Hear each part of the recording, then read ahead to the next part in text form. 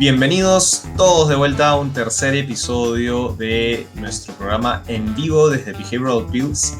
Estoy súper contento con ahora. Ven que tenemos un nuevo look and feel. De hecho, me demoré un poquito más en grabar este siguiente episodio porque he estado trabajando unos temas para que se vea mejor señal, mejor todo, ¿no? Que se vea un poco más pro. Así que estoy súper contento de estrenar esta nueva versión de nuestro programa que recién está empezando, pero igual siempre hay que hacerlo cada vez mejor. Y me encanta poder estrenarlo con un buen amigo mío y además una persona súper capa, no solamente en el mundo de la economía y comportamiento, diseño y comportamiento, sino también en el mundo legal. Y el episodio de hoy va a ser bien interesante porque vamos a mezclar dos mundos y hablar de un concepto también nuevo en el mundo, más aún en el mundo de behavioral, que es Behavioral Legal Design. Y no sé si alguno de ustedes han escuchado ese término.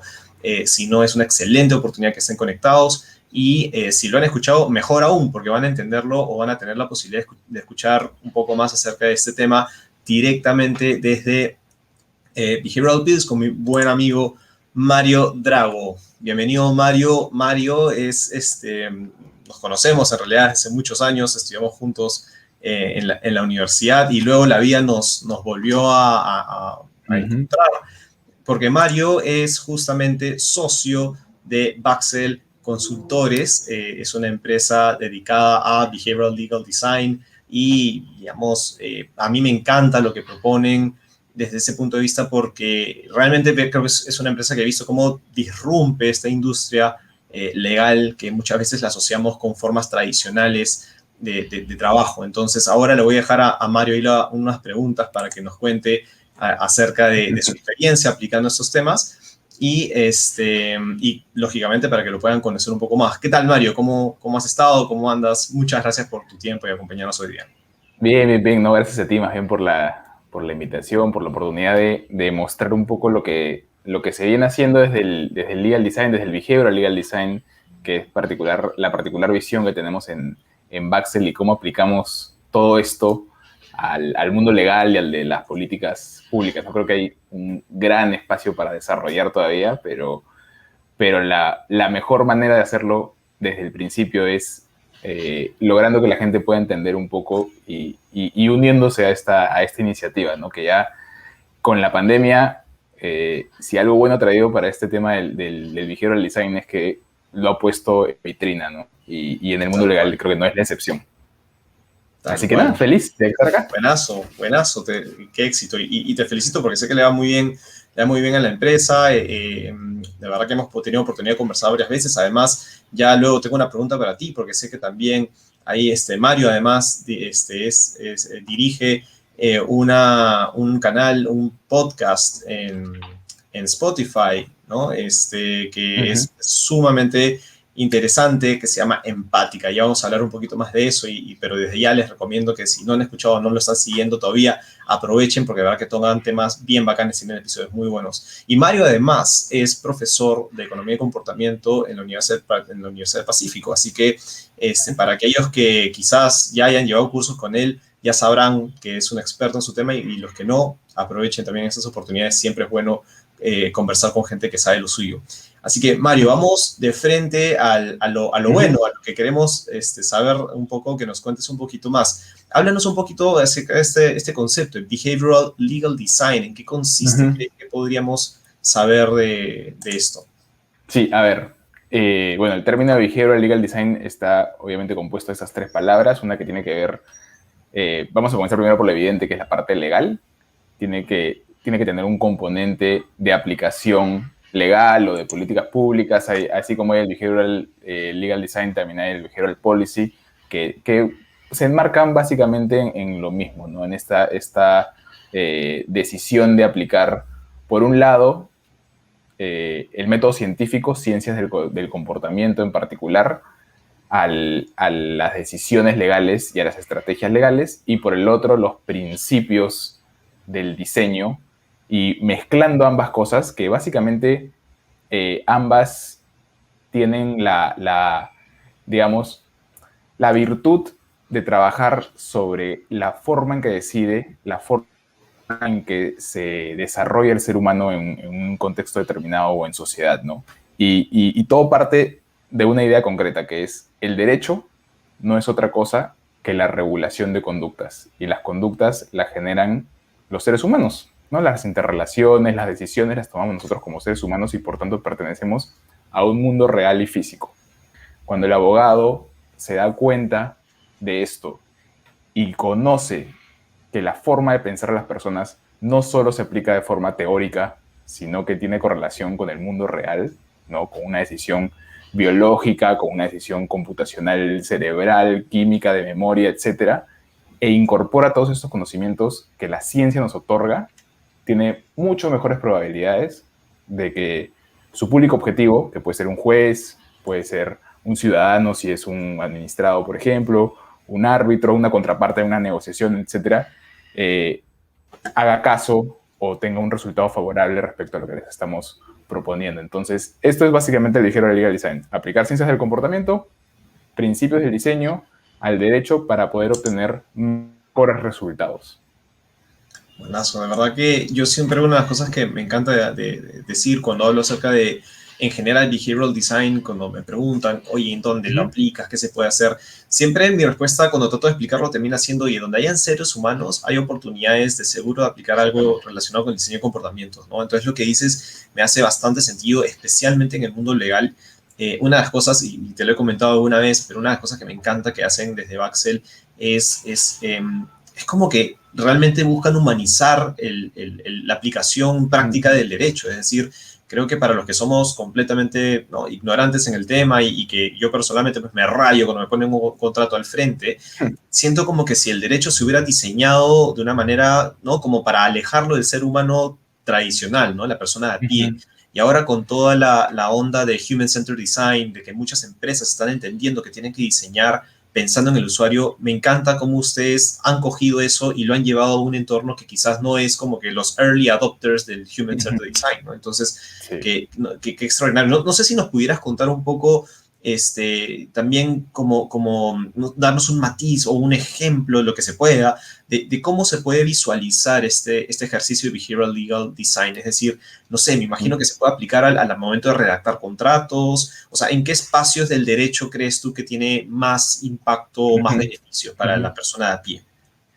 A ver, lo que pasa es que, a ver, en Baxel mezclamos estas dos corrientes. Hay una corriente muy fuerte que es la del legal design, que es la aplicación de principios del diseño y que ahora se mezcla mucho con el tema de UX y la parte tecnológica, ¿no? Y hay otra corriente que es distinta, pero que nosotros hemos logrado unir en una sola, que es la del método científico, ¿no? Esta corriente del legal design se enfoca mucho en el viaje del usuario, en cómo lograr que la persona que está inmersa en un procedimiento, en un proceso judicial, por ejemplo, pueda obtener lo que quiere de una forma comprensible y de una forma oportuna también. Y desde el punto de vista del método científico está la parte de cómo saber si esto efectivamente funcionó o no, si estadísticamente es significativo, si se puede repetir y si va a lograr un resultado realmente favorable más allá de la intuición, ¿no? Y es donde viene la comprobación científica. Entonces, lo podemos aplicar en cualquier lado del derecho y de las políticas públicas. Yo te voy a plantear el ejemplo, el primer ejemplo, digamos, de aplicación de behavioral economics, en realidad en particular, al tema del derecho y las políticas públicas, que es el que además motiva la explosión de esto en el mundo, ¿no? Porque, y esto hay que decirlo particularmente, este es un movimiento que, a diferencia de la mayoría de situaciones en el mundo, que lo privado después comparte a lo público, nace desde la parte pública, ¿no? La parte del behavioral design y la parte del UX, obviamente en temas de marketing, temas de publicidad, está muy avanzada, pero en temas de derecho está muy relegada. Y en el año 2008, más o menos, que es la época de la crisis financiera, justamente hay varios hechos que coinciden. Coincide un hecho en el que se conocen el zar regulatorio de Estados Unidos, que era Cass Sunstein, con quien habría ganado el premio Nobel en el 2002 de Economía del Comportamiento, que era Daniel Kahneman, y se juntan con Richard Taylor, y ellos conocen a una persona importante en este mundo, que es David Cameron, que era el primer ministro de Reino Unido, y lo convencen de crear una Natch Unit. El Natch Unit, que es como que esta unidad especializada del gobierno que se iba a dedicar a modificar comportamientos para lograr objetivos a partir de políticas públicas y temas regulatorios. ¿Y qué hacen? Le dan $400,000 a 400,000 libras, perdón, a esta entidad y le dicen, tienes 2 años para devolverme 10 veces lo que te he dado. Haz lo que tú quieras. Su madre. Y ellos, bueno, dijeron que inteligentemente, creo yo, eligieron trabajar sobre regulación y recaudación de impuestos, ¿no? Tax regulation. Y lo hacen de una manera muy sencilla, y ahí está con el primer ejemplo de la efectividad de esto del behavioral legal design. Estamos en otra época, año 2010, todavía no es muy común utilizar WhatsApps o de repente ya están un poco más de moda los mensajes de texto, pero aún las cartas físicas son importantes, ¿no? Correcto. Y comienzan a mandar cartas físicas para tratar de que la gente pague sus impuestos, ¿no? Y eran unas cartas, unos documentos, unas hojas comunes, cartas, que decían básicamente cuánto debías y que tenías que pagar, ¿no? La única diferencia, hicieron ahí una especie de lo que ahora está muy de moda, el A/B testing, es básicamente podemos hacer un símil con eso. Diferenciaron las cartas solo con unas pequeñas frases. Unas cartas decían básicamente la historia de por qué tenías que pagar tus impuestos y cuándo y cómo, y otras agregaban algunas líneas adicionales. La primera de ellas agregaba una línea que decía 9 de cada 10 personas en tu situación pagan sus impuestos a tiempo. Primera. Segunda, otro tipo de carta. Las personas que viven en el lugar donde tú vives, por ejemplo en Jesús María, pagan sus impuestos. Y otro tipo que decía, las personas, 9 de cada 10 personas que están en tu situación y que viven por donde tú vives, Jesús María, por ejemplo, pagan impuestos a tiempo. Y mandaron las cartas. Y, digamos, la carta original logró una recaudación del 33%, que no está mal, tampoco está bien. La siguiente carta logró una recaudación de casi 35%, ¿no? Que es 2% más, tampoco es mucho más. La siguiente, una recaudación de 36.9, 37%, y la última, más o menos, una recaudación de 38%. Básicamente la diferencia entre una y otra era 5%, que uno dice, bueno, 5% no es tanto tampoco, ¿no?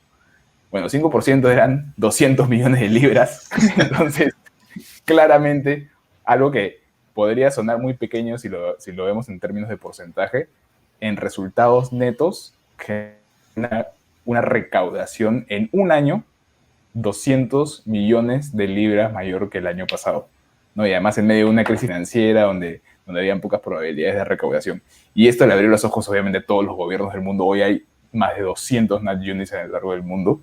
Y es un ejemplo muy concreto de cómo podemos aplicar los conocimientos del diseño, los conocimientos de las ciencias del comportamiento, así muy concretas, a muy bajo costo además, porque era solo la modificación de una carta en particular. Y eso puede lograr un resultado significativo gigantesco. Y eso desde el punto de vista de política pública, ¿no? Podemos tener ejemplos desde el punto de vista de los litigios, donde además yo lo aplico mucho, ¿no?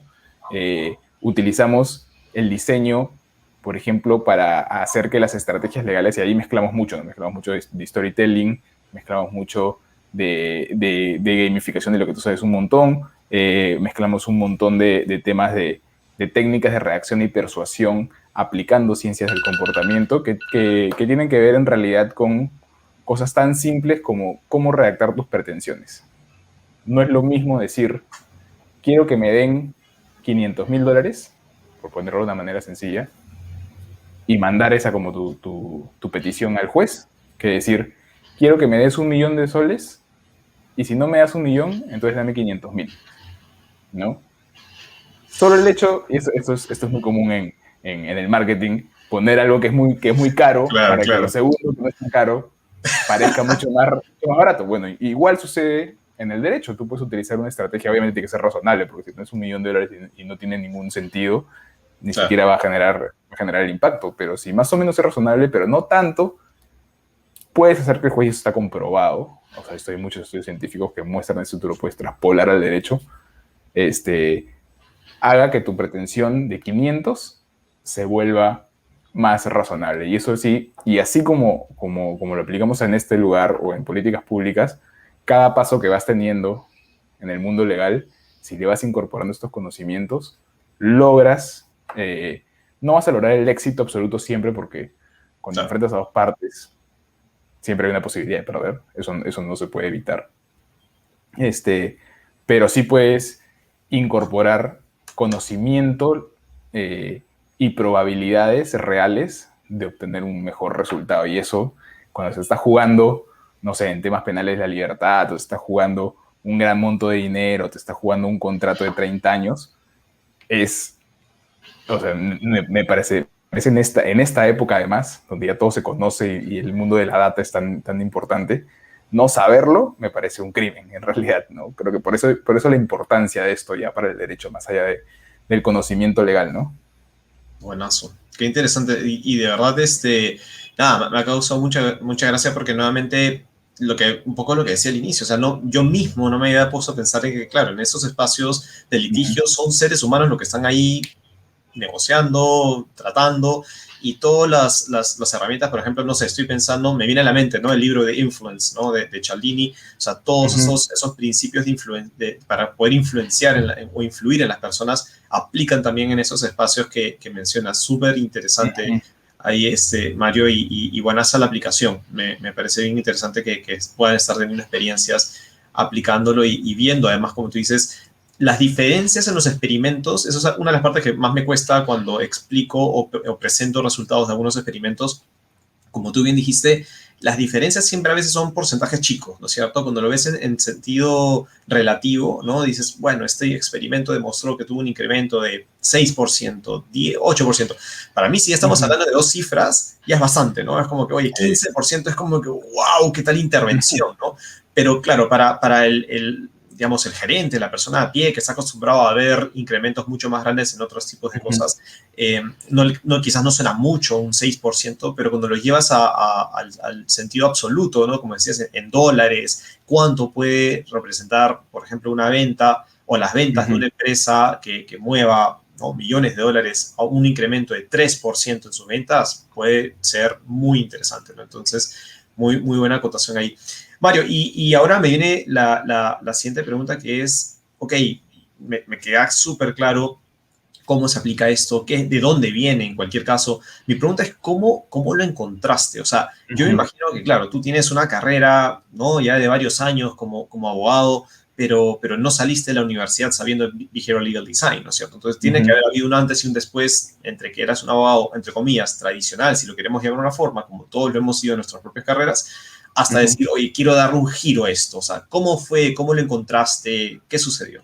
Sí, a ver, han habido varias cosas ahí que son interesantes. Yo, en principio, siempre estuve del lado de una corriente del derecho muy interdisciplinaria, ¿no? Con lo que en su momento en el Perú ha sido muy conocido y aún lo es, que es el análisis económico del derecho, que es aplicación de principios de la economía al derecho y que se viene discutiendo hace muchos años en el Perú, y ahí me tocó trabajar en un estudio de abogados donde el principal socio era el que promovía la utilización de principios de la economía, modelos económicos, al derecho para lograr mejores resultados.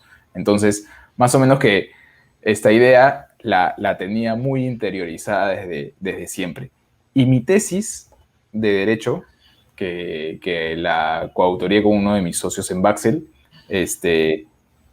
buscaba entender desde el punto de vista del análisis económico del derecho qué es lo que había pasado luego del terremoto de Pisco en el año 2007.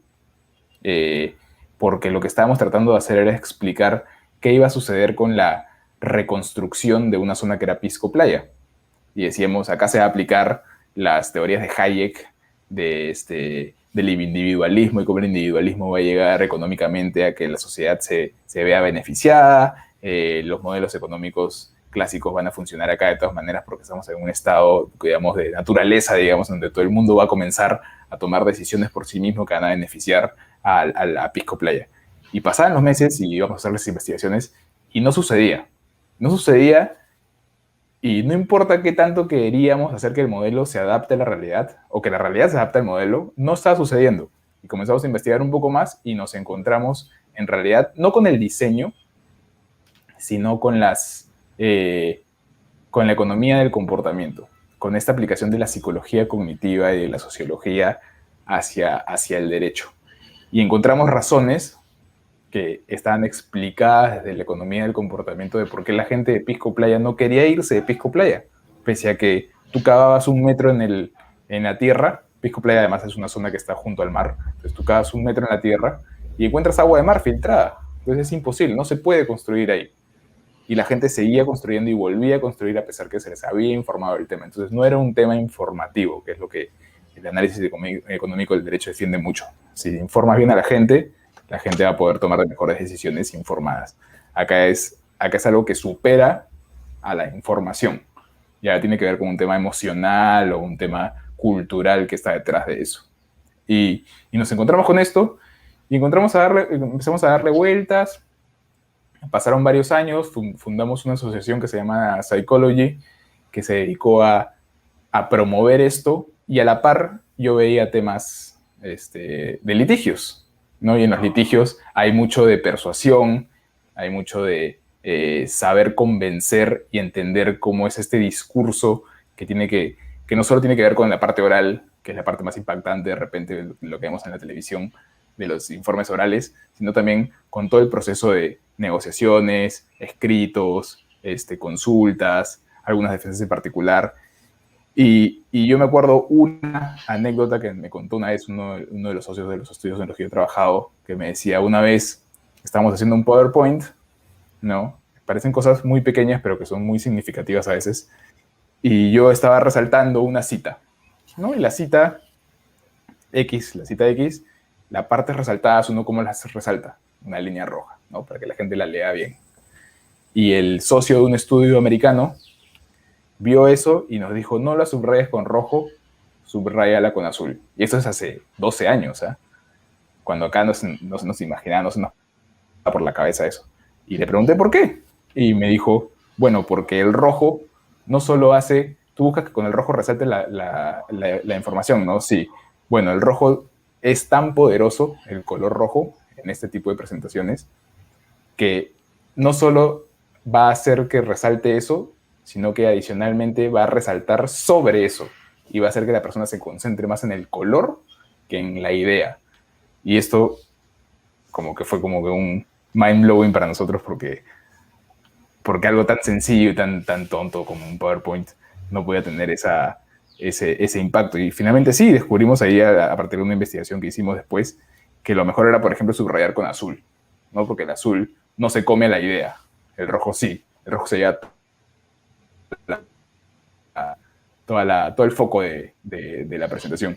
Y bueno, seguimos evolucionando, pasaron los años, el tema de Psychology como que explotó, mucha gente le interesó esta aplicación de la psicología al derecho porque además le brinda un carácter realista y coincide además, creo que hay mucha suerte también detrás, de que gana el Premio Nobel de Economía en el año 2002 Daniel Kahneman, viene el crash del 2008 y esto de la economía del comportamiento se vuelve como que un boom mundial.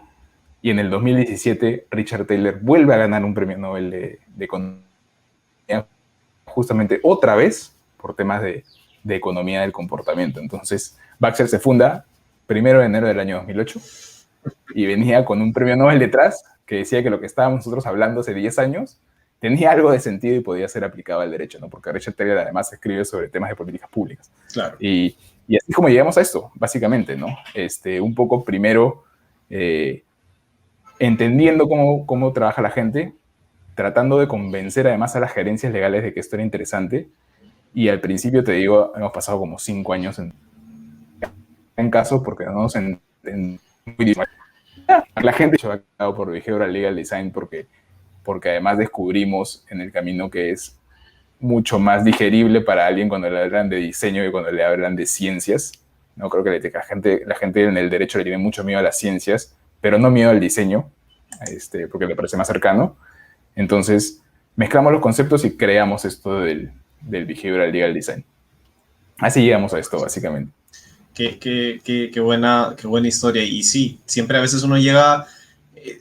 a ver, lo que me acaba es, te estaba escuchando y pensaba un poco en lo que escuché hace poco en un video, ¿no? O sea, todo lo que es diseño de comportamientos en general, y meto no solamente diseño de comportamientos, ¿no? No solamente behavioral design, meto UX, meto todas estas escuelas de diseño, no han llegado a decir nada particularmente nuevo, ¿no? O sea, todos estamos partiendo desde elementos que se han manejado por años en el marketing, que se han manejado en la publicidad y antes de la publicidad, de la formal, ¿no? Publicidad formal también, o sea, han existido vendedores a lo largo de la historia, ¿no? Si queremos irnos a la Grecia antigua, existía la retórica, ¿no es cierto? Entonces, es bien interesante que cómo se ha cristalizado en cualquier caso y totalmente de acuerdo contigo, la participación de Kahneman, de Thaler, el mismo Ariel y otros personajes que han ayudado a promocionarlo está súper, súper interesante.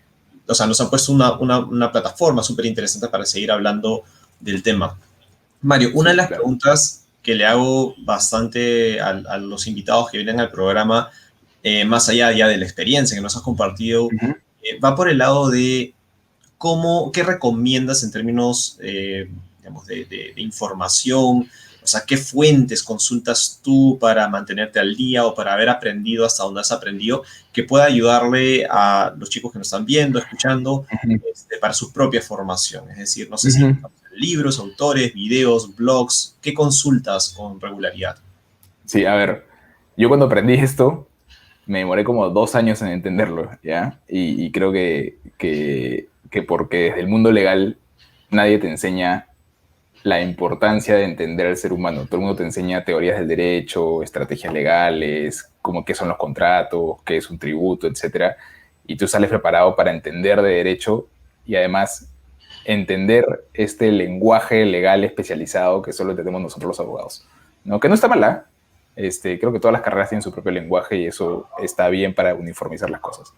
Entonces, si eres abogado, por ejemplo, porque aquí pueden trabajar muchas personas. Nosotros en Baxel trabajamos con diseñadores, trabajamos con psicólogos, trabajamos con economistas. Entonces, si eres abogado, yo te diría que comiences leyendo Natch, que es este libro escrito por Sunstein y Thaler, y Taylor en realidad creo que se pronuncia su apellido en inglés, para ser justos, porque lo cuenta de manera muy fácil y te hace entender cómo es que estos pequeños cambios, estos pequeños empujoncitos, que es como la traducción literal que podríamos hacerle a Natch, pueden influenciar en la forma en cómo va a reaccionar el interlocutor, ¿no? Que está frente a ti.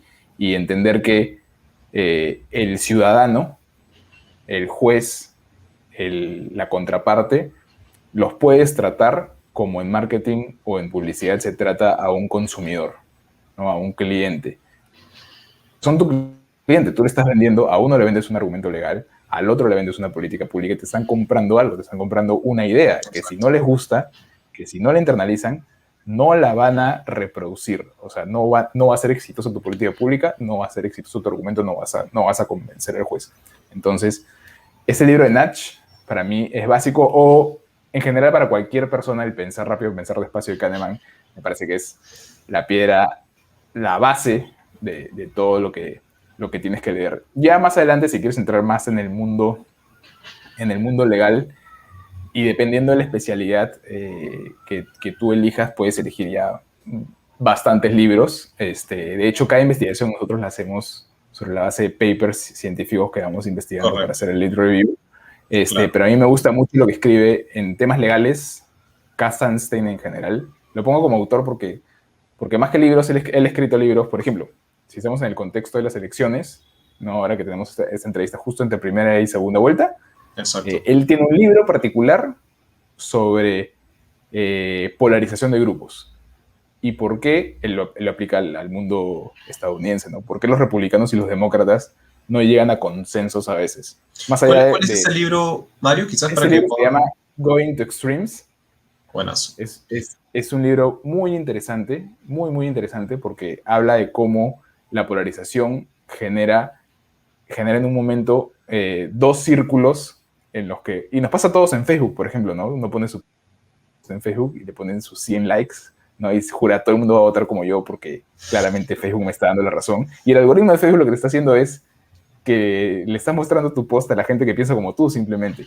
Entonces, hay muchos estudios, por ejemplo, en las elecciones del año, me parece que del año 2011 puede ser, 2012 de Estados Unidos, que mostraban las tendencias en Twitter de republicanos y demócratas y cómo se interrelacionaban los tweets entre gente que se considera demócrata o se considera republicana, y tú veías una nube roja a un lado, tweets republicanos, y otra nube azul del otro lado de tweets demócratas, y la interrelación entre ellos, o sea, la verdadera discusión, que es lo que debería llevar al pensamiento crítico, era muy reducido, casi Claro, menos mucha del cruzada. 5% de las conversaciones públicas supuestamente, no mezclaban gente que pensaba diferente.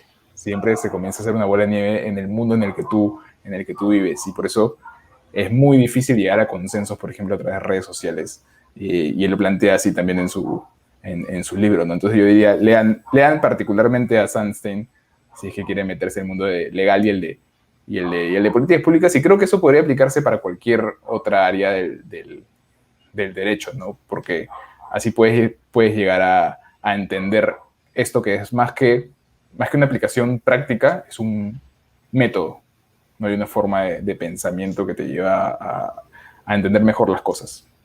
Buenazo, sí. Sunstein tiene. Mira, no había escuchado ese libro, lo voy a buscar al toque. De hecho, yo estaba leyendo uno que también le recomiendo a todos los que están trabajando en temas de gestión de cambio. El último libro que ha sacado Sunstein, no me acuerdo si solamente se llama Change, así nomás como nombre, o le ha puesto algo más, pero si lo buscan en Amazon tal cual con la palabra Change van a encontrar este libro. Es muy, muy bueno, habla acerca de la psicología del cambio y cómo la gente interioriza el cambio, no, pero ese no lo había escuchado. Y Sunstein es un personaje bien interesante, porque además, como bien dices, Mario, en temas de políticas públicas, Sunstein ha formado parte digamos, del gobierno de Obama. O sea, hay Sí. realmente un video, o sea, yo he visto un documental en el que sale Sunstein en la Casa Blanca recibiendo la noticia de la elección, o sea, la formalización de Donald Trump como nuevo presidente, y que Obama tenía obviamente que darle el mandato, ¿no? Entonces, la cara, ahí está Michelle Obama, está, ¿no?, Obama mismo, está Cass Sunstein en el grupo, Claro. ¿no? Y la preocupación era impresionante, y su participación además en todas estas campañas de elección. Es muy curioso porque siempre ha sido bien criticado el juego, digamos, psicológico que hubo en las últimas elecciones, cuando, bueno, no la última, la penúltima americana, en la que sale Trump, ¿no es cierto? Donde hay una Sí. influencia fuerte de los medios, pero algo muy parecido se hizo con Obama en su momento también, y de hecho es bien interesante ahí tomar eso en consideración. Sí, sí, sí, claro, pero es que acá hay algo importante, ¿ya? Con Sensen, solo para no dejar la idea en el aire. Lo que él ha hecho básicamente es entender que el comportamiento humano está en todo, ¿no? A ver, Sunstein, no, en el contexto político estadounidense, es una persona más tirada a la izquierda que a la derecha, ¿ya? Y él, a diferencia de lo que yo pienso, por ejemplo, él dice, si estos nudges, que son como que tratar de convencer a la gente, no funciona, entonces debe, eh, debe permitirse o debe pasar al siguiente paso, que es tratar de hacer que la norma sea obligatoria, ¿no? Yo creo lo contrario, y dentro del espectro de la economía del comportamiento no tiene matices políticos, es ciencia, Correcto. ¿no? Pero él dice, vamos hacia el lado paternalista. Él habla siempre por eso de paternalismo libertario, que es uno de los términos a los que se Así es. refiere en su libro, que es básicamente tratar de convencer a la gente de que haga lo que todo el mundo considera que es mejor, ¿no? O sea, sabiendo, por ejemplo, ¿no? Si tú le preguntas a cualquier persona, ¿tú quieres comer más saludable? Todo el mundo te dice que sí. Pues la mayoría te dice que sí. ¿Quieres ahorrar para la vejez? La mayoría de personas te dice que sí. ¿Quieres dejar de fumar? La mayoría de personas te dice que sí. Entonces, ¿por qué no comes bien? ¿Por qué no dejas de fumar? ¿Y por qué no ahorras para la vejez? Porque hay un tema psicológico, biológico detrás, que tiene que ver con la satisfacción inmediata, que nos impide hacerlo adecuadamente. Ok, entonces creemos políticas públicas que persuadan a la gente de hacer eso, ¿no? Y ahí viene la discusión que está ahorita en boga en el primer mundo, digamos, referida a la economía del comportamiento, que tiene que ver con la ética de todo esto, ¿no? Ya nosotros estamos acá en Sudamérica, estamos descubriendo la economía del comportamiento para aplicarla. Allá ya están hablando de cuándo se supera la línea de lo ético y se pasa a lo que, de la persuasión a la manipulación, ¿no? Y él lo plantea muy bien, él tiene muchos textos ahora su enfoque principal no está en qué es, sino hasta dónde, ¿no? Y es súper importante, eso sí creo que cualquier persona que quiera entrar a eso tiene que saberlo porque la línea entre persuadir y manipular es muy delgada y así como en realidad todo se puede usar para el bien y para el mal, si queremos ponerlo así en un tema. Y creo que esto es un espacio en el que tienes que tener muy claro eso y muy claro además que tú como hacedor de políticas públicas y como la persona que va a hacer la intervención, también tienes tus propios sesgos, ¿no? Y también puedes estar cayendo en propias equivocaciones, entonces siempre tienes que corroborarlo con otras personas, con un equipo que no hagan que tu nudge se convierta en lo que él llama un slash, que es un nudge que salió mal. Y si sale mal, una cosa que te salga mal en tu empresa, bueno, pues te fregaste tú, pues, ¿no? Pero si sale mal en la sociedad, no hay vuelta para atrás. Entonces, él habla de este elemento importante que no tenemos que dejar de lado, ¿no? Si quieren un texto en particular de él sobre eso, hay un texto que se llama Nudges That Fail, que habla justamente de que por qué algunos nudges salen mal y todos los pasos detrás metodológicos que se hicieron para que no se cumplieron, más bien dicho, para que suceda esto. Extraordinario, qué buen dato. Qué buen dato. Sí, y efectivamente rescato tu comentario con respecto al gap de avance que tienen los países, Estados Unidos y los países europeos con el tema de behavioral science en general, que como tú bien dices, mientras que para nosotros estamos, digamos, dándonos cuenta, ni siquiera descubriendo, ¿no? Dándonos cuenta de que esto puede aportar, que tiene impacto, etcétera, en estos países más avanzados ya están en una crisis que seguro has escuchado, ¿no? La crisis de los estudios WEIRD, ¿no es cierto? Que son como suena como extraño, pero son siglas que hacen referencia a que hay demasiados estudios que solamente se enfocan en cierta demografía mundial, ¿no es cierto? En países occidentales, digamos, de cierto tipo de características de las personas, estudiantes, ¿no? Niveles altos, etcétera, y que falta mucha evidencia en países como los latinoamericanos, africanos, Medio Oriente, asiáticos, y como que tratan de animarnos, ¿no? a generar más contenido, ¿no? Sí. Buenazo.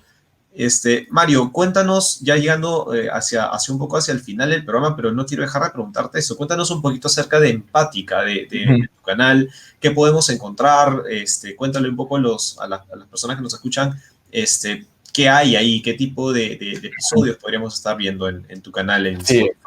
A ver, Empática es un canal de podcast. Está en Spotify principalmente, es ahí donde lo promovemos principalmente porque es donde más se escucha en Latinoamérica, pero también está en Apple Podcast y en nuestra web, en baxel.p. Básicamente, ahí yo converso principalmente con mi co-host, que es Alejandra Infante, que es la psicóloga de Baxel, un poco sobre temas de legal design y de economía del comportamiento aplicadas al derecho y a políticas públicas, desde dos puntos de vista, ¿no? Nuestra misión primero es hacer que el podcast sea lo más corto posible, para poder hacerlo muy concreto, en particular, a veces con entrevistas y a veces simplemente entrando a temas directos, pero agarramos algún tema coyuntural o algún tema que sea relevante para una práctica legal o de políticas públicas y la comentamos de una forma sencilla porque sabemos que nuestros principales oyentes son abogados que no conocen del tema, pero también desde el otro punto de vista sabemos que porque Alejandra es psicóloga y abogada, hay gente que no estudia derecho, pero que quiere entender cómo es que funciona el derecho y por qué se toman bien o mal algunas decisiones legales que al final nos impactan a nosotros, como por ejemplo, en algún momento comentamos lo comentamos muy corto, esta decisión del gobierno de hacer obligatorio el uso de guantes de gel en medio de la pandemia y cómo es que fue tan mala la idea que al día siguiente tuvieron que derogarla a través de una fe de ratas, o sea, como si hubiese sido un error de redacción en el texto.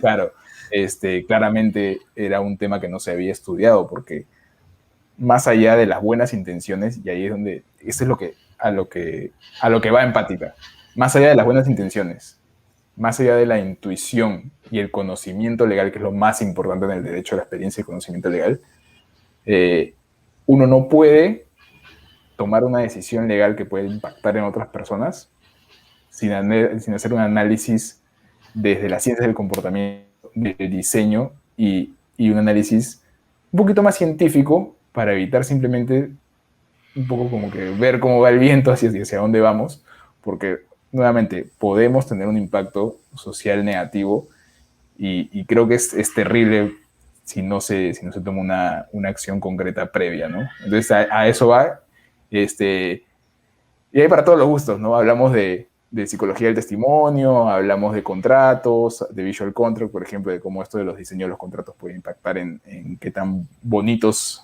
no solo qué tan bonitos, sino qué tan útiles se vuelven estos contratos. Consumidor, hablamos de todo un poco, así que nada, sin ánimos de ser, de echarme flores, escuchen. No, para nada, totalmente recomendado. Yo también personalmente, para los que confíen en mi criterio, lo recontra recomiendo. Yo sí, es uno de los podcasts, uno de los varios podcasts que me gusta escuchar mientras trabajo en mi casa, lavo los platos, limpio, lo que sea. Me encanta escuchar podcasts y de verdad que lo hacen súper bien. Efectivamente, episodios bien a la vena, cortaditos como para poder consumirlos rápido. Muy buenos aportes, estudios, y en general Alejandra y del equipo, ¿no? Entonces, de verdad te felicito a ti y a todo tu team. Creo que están haciendo un súper buen trabajo en también promoverlo y crear esos espacios mediáticos también para que las personas se enteren del tema. Última pregunta, Mario, y me da un montón de pena porque tenía un montón de preguntas más, pero siempre el tiempo se queda corto cuando uno conversa con gente interesante. Con respecto a hace poco, que bueno, vamos a tener además anuncio que ya me confirmó Mario su participación y la de Karina.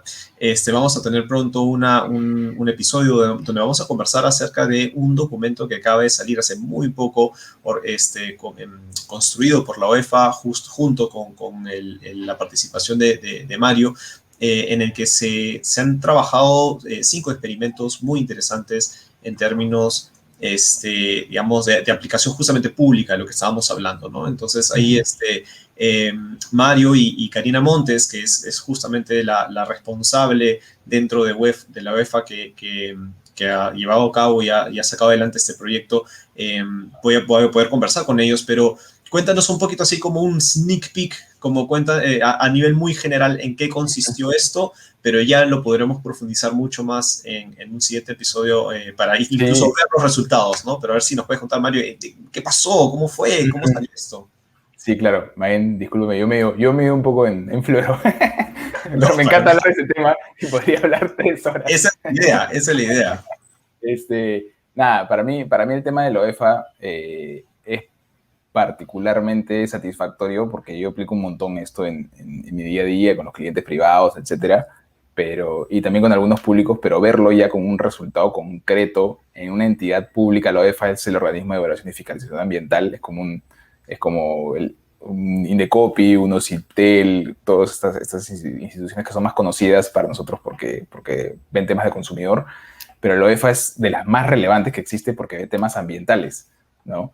Entonces, lo que ha hecho el UEFA básicamente es crear un grupo interdisciplinario y de muchas áreas de la entidad que buscaba resolver algunos problemas concretos a partir de la aplicación de ciencias del comportamiento, ¿no? Y no solo problemas muy grandes ambientales, sino problemas muy pequeños, desde por qué la gente dentro de la UEFA no está yendo a las capacitaciones de los temas relevantes que ellos enseñan hacia adentro, hasta cómo hacemos para que los procedimientos administrativos sancionadores contra quienes han infringido normas ambientales acaben más rápido, paguen sus multas rápido, o cómo hacemos que las entidades de fiscalización ambiental locales, como por ejemplo una municipalidad que tiene su gerencia de fiscalización ambiental respecto, por ejemplo, a un grifo, ¿no? A un derrame en un grifo. Eso no lo ve la UEFA, que es de nivel nacional, lo ve el local. Pero tenían poca respuesta, ¿no? Entonces, a partir de algunas intenciones muy concretas y una rigurosidad bastante impecable por parte del equipo de UEFA, se realizaron algunos experimentos, 5 experimentos concretamente, como has dicho tú, para que cada una de estas conductas que se querían mejorar se vuelvan más efectivas. Efectividades, todas de 2 cifras, como tú dices. Una pasa en el 50% de efectividad respecto a cómo estaban en el momento previo a la experimentación. Sí, sí, sí. Entonces han logrado que la gente pague sus multas a tiempo, vaya a las capacitaciones, que las entidades de fiscalización ambiental respondan las consultas. Para mí ha sido un resultado, además de tener el resultado que es satisfactorio cuando sale bien, además, cuando sale mal, también siempre es un resultado, pero no te satisface tanto. Claro. No solo porque sale bien, sino porque sientes que le contribuyes a la sociedad, ¿no? Entonces a mí me hace recontra feliz saber que una entidad pública ha tenido la valentía, además, ¿no?, de asumir el reto desde la economía del comportamiento, porque no hay nada más difícil, y eso sí, yo lo vivo diariamente porque yo peleo frente y con entidades públicas a cada rato. No hay nada más difícil que innovar desde el mundo público, porque si tú te equivocas en el mundo público, no solo te equivocaste, gastaste plata pública y detrás viene el órgano de control interno a decirte que por qué te gastaste la plata. Entonces, hay mucho coraje en decir, vamos a arriesgarnos a hacer esto y esperemos que salga bien, ¿no? Entonces, por eso yo estoy muy, muy contento, no solo por haberlo hecho, sino por haberme unido a un equipo que se arriesgó a hacerlo y que al final le salieron las cosas como debió ser, ¿no? Y nada, ya hablaremos del detalle después, porque no quiero adelantarlo, porque si no me pongo a hablar de cada uno de los 5 temas. Está súper, y ahí tengo por ahí, voy a buscar y si lo puedo poner en los comentarios de este episodio, pero tengo ahí el link de la presentación misma, ¿no? De la presentación que hicieron, ahí creo que Karina lo compartió en sus redes, así que lo voy a jalar para también promoverlo, pero de verdad que los felicito un montón. Efectivamente lo que dices es un riesgo. Mira que no me había puesto a pensar en eso, o sea, algo tan crítico para la innovación como es el abrirte al error, que es algo que además en las empresas es bien difícil también de asumir, ¿no? Porque claro, no hay entidades públicas que te van a auditar, pero a la empresa tampoco no le encanta perder plata, ¿no es cierto? Entonces, claro, es lo que es esa brecha, ¿no? Yo siempre le digo a las empresas que a veces me buscan para pedir un consejo, lo primero que tienes que hacer es asumir el error, eso va a suceder, ¿no? Entonces, en entidades públicas, efectivamente, tienes razón, Mario, no le toman en consideración, qué difícil y mayor aún doble mérito de lo que han logrado y habiendo tomado ese riesgo. Así que, nada, lo vamos a dejar ahí con la curiosidad de qué ondas y qué más con estas intervenciones son extraordinarias. El documento ya lo compartí en mi LinkedIn, así que lo pueden descargar, lo pueden ver. Voy a ver si consigo ya al toque el link para ponerlo en el video, en los comentarios. Pero de todas formas, vamos a conversar un poco más de esto con Mario y con Karina en un siguiente episodio muy pronto, para preguntarles, ¿no?, el detrás de cámaras. Yo creo que eso es lo más interesante, ¿no? O sea, ¿cómo llegaron a esto? ¿Cómo se te ocurrieron esas ideas? ¿Cuál fue la metodología? No tanto detalle de la metodología, pero más quizás cómo fue el 1, 2, 3 para que muchas otras personas se inspiren y vean de que eso no es tampoco una ciencia no abstracta y muy difícil de implementar. De verdad que los felicito. Mario, hemos llegado entonces ya al final de nuestro programa. De verdad te quiero agradecer bastante por tu participación. Como hago con todos mis invitados, te dejo la pantalla para unas palabras de cierre, mensajes de sabiduría que quieras trasladarle a nuestros oyentes, o lo que te venga. Aprovecha, la pantalla es todo tuya. No, gracias. No, gracias por la invitación. Más bien, yo feliz de hablar de esto. Nos ha quedado corto el tiempo, como siempre que hablamos de estos temas. Yo solo les sugeriría a los abogados que se interesen por esto, más que por si les gustaría aplicarlo o no a su práctica legal, porque yo he visto muy buenos abogados que no aplican esto. Lo importante al final es entender que el mundo legal, que el mundo de las políticas públicas es en realidad una herramienta para trabajar sobre los seres humanos. Y si entendemos a los seres humanos, vamos a tener mejor capacidad de convencerlos y de lograr un beneficio hacia la sociedad. Y ahora más que nunca, en donde la data es tan relevante para la toma de decisiones. Esto de Behavioral Legal Design es simplemente entender la data y aplicarla concretamente a una situación para lograr los objetivos, no de manera intuitiva, sino de manera más científica, de manera más certera. Yo les aseguro, porque lo estoy viviendo actualmente, que si aplican esto, las probabilidades de que tengan éxito en un litigio, una negociación, etcétera, van a ser mucho, mucho mayores. Entonces, nada, es eso, simplemente, incluso si no están muy convencidos del tema, más que hacerlo porque les guste la psicología o hacerlo porque les guste la sociología o las ciencias del comportamiento o el diseño en general, háganlo porque va a tener un resultado concreto en su trabajo y eso se puede medir y se puede medir al final en resultados, ¿no? Entonces es eso, básicamente, sean claros en qué es lo que quieren y que esto sea lo que quieren.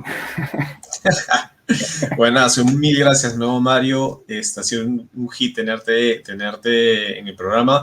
Y eso es, ahí está, chicos, Mario Drago, socio de Baxel Consultores, profesor en la Universidad del Pacífico, el creador de este canal que les comentaba, Empática, no lo dejen de seguir, y así se podría continuar con muchos más logros que Mario y su equipo han ido teniendo hasta el momento. Mil gracias, Mario. Espero que pronto, bueno, definitivamente pronto te vamos a tener en el siguiente programa, pero espero que podamos seguir conversando con más espacios contigo y incluso con gente de tu equipo. Mil gracias por estar con nosotros. Cuando quieras, estoy seguro que ellos también estarían felices. Uy, te corté. No, estoy seguro que ellos también estarían felices de venir a conversar contigo también. Hay mucho que conversar, hay mucho. Podemos hacer un programa de cada área del derecho y va a ser infinito. Buenazo, buenazo. Espero que además eso lo podamos ver en Empática con más frecuencia. Muchas gracias, Mario. Y para todos los demás, gracias, chicos, por sumarse a un siguiente episodio. Les prometo que voy a sacar episodios un poco más seguidos. He estado justamente con muchos planes. Se vienen muchas sorpresas dentro de todo lo que es Behavioral Builds. Estoy ahí trabajando algunos temas.